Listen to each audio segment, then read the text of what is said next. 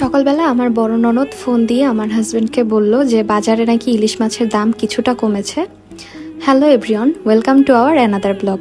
যেহেতু মাসের শুরু আর আমাদের ফ্রিজ প্রায় খালি হয়ে গেছে, তো ভাবলাম আজকেই কেননা বাজারটা করে ফেলি।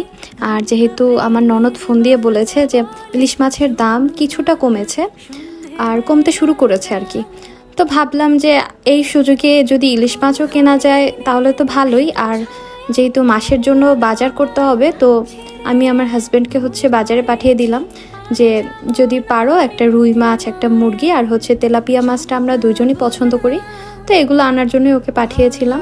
তো এই তো বাজার নিয়ে চলে এসেছে 11:30টার মধ্যে।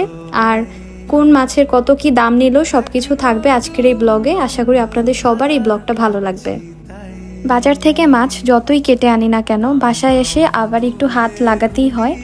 এই তো বাজার থেকে আসার পরে আমি মাছগুলো ভালোভাবে প্রথমে ধুয়ে নেই, আর তারপরে একটা ছুরির সাহায্যে মাছগুলো আবার একটু দেখে নেই যে কোথাও আঁশ রয়ে গেছে কিনা। কারণ অনেক সময় যারা মাছ কাটে ওরা অনেক তাড়াহুড়া করে মাছ কাটে, যার জন্য দেখা যায় মাছের লেজে বা মাথার দিকে অনেক সময় আঁশ থেকে যায়।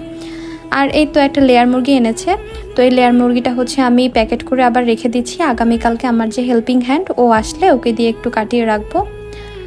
আর এই তো সেই ইলিশ মাছ যেটার জন্যই আজকে বাজারে যাওয়া। তো এখন ফাইনালি আপনাদেরকে বলবো যে ইলিশ মাছের দাম কতটা কমলো, আর রুই মাছ, তেলাপিয়া মাছ আর লেয়ার মুরগির দামই বা কেমন নিল।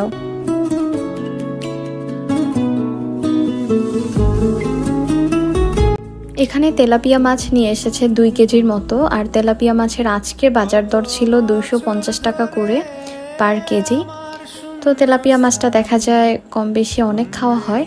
আর তারপরে লেয়ার মুরগির দাম ছিল আজকে 330 টাকা করে কেজি। তো এটা একটা 2 কেজি ওজনের লেয়ার মুরগি।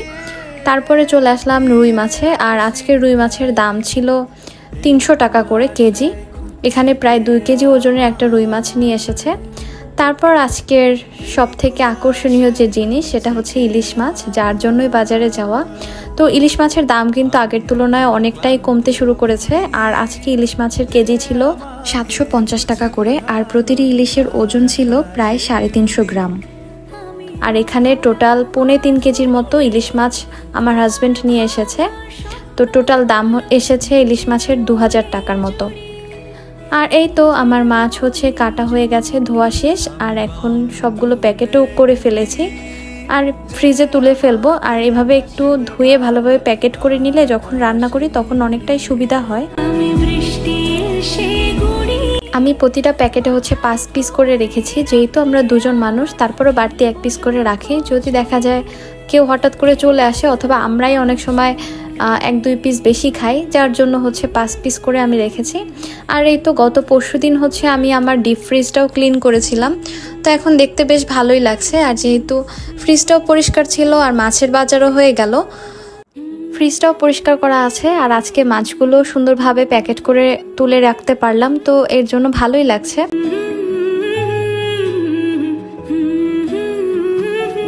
শুধু তো মাছ কেটে ধুয়ে ফ্রিজে তুললেই হবে না, এই যে এতগুলো জিনিস এখন সিঙ্কে এলোমেলো অবস্থায় আছে, এগুলো সব ধুয়ে তারপর রান্নাঘরটাও ক্লিন করতে হবে। তো আমি যখন মাছগুলো ধুয়ে ফ্রিজে তুলতেছিলাম তখন কিন্তু আমার চুলায় রান্নাও একদিকে হচ্ছিল, তো 2টা কাজই একসাথে করছিলাম। আর এই তো রান্না বান্না শেষ, এখন চুলাটা একটু সুন্দরভাবে ক্লিন করে নিলাম। এই কাজটা রেগুলার করি রান্নার পরে, আর দেখা যায় প্রতিদিন এই কাজটা করলে কিন্তু অত বেশিও কষ্ট হয় না। আর রান্নাঘরটা কিন্তু পরিষ্কার পরিচ্ছন্ন থাকলে নিজের কাছেও ভালো লাগে। মাছের সাথে সাথে কিছু টুকটাক সবজিও নিয়ে এসেছে। আর এই তো পেঁয়াজ এনেছে, একটা তরমুজ, তারপর 2টা ফুলকপি, আর কিছু কাঁচামরিচ। এগুলো ছিল টুকটাক আর কি সবজি বাজার। যদিও সবজিটা আমরা আমাদের এরিয়াতে যে বাজারটা আছে ওখান থেকেই করার চেষ্টা করি, যেহেতু সবজিটা বেশি দিন ফ্রিজে রাখাও যায় না। আর মাছের বাজারটা সবসময় কাউরান বাজার থেকেই করা হয়, যেহেতু কাউরান বাজারে মাছের ভ্যারাইটি অনেক বেশি পাওয়া যায়।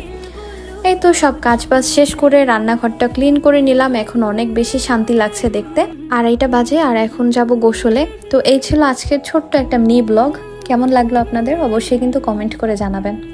সবাই ভালো থাকুন, সুস্থ থাকুন, জেমস অ্যান্ড লিয়াস লাইফস্টাইলের সাথেই থাকুন।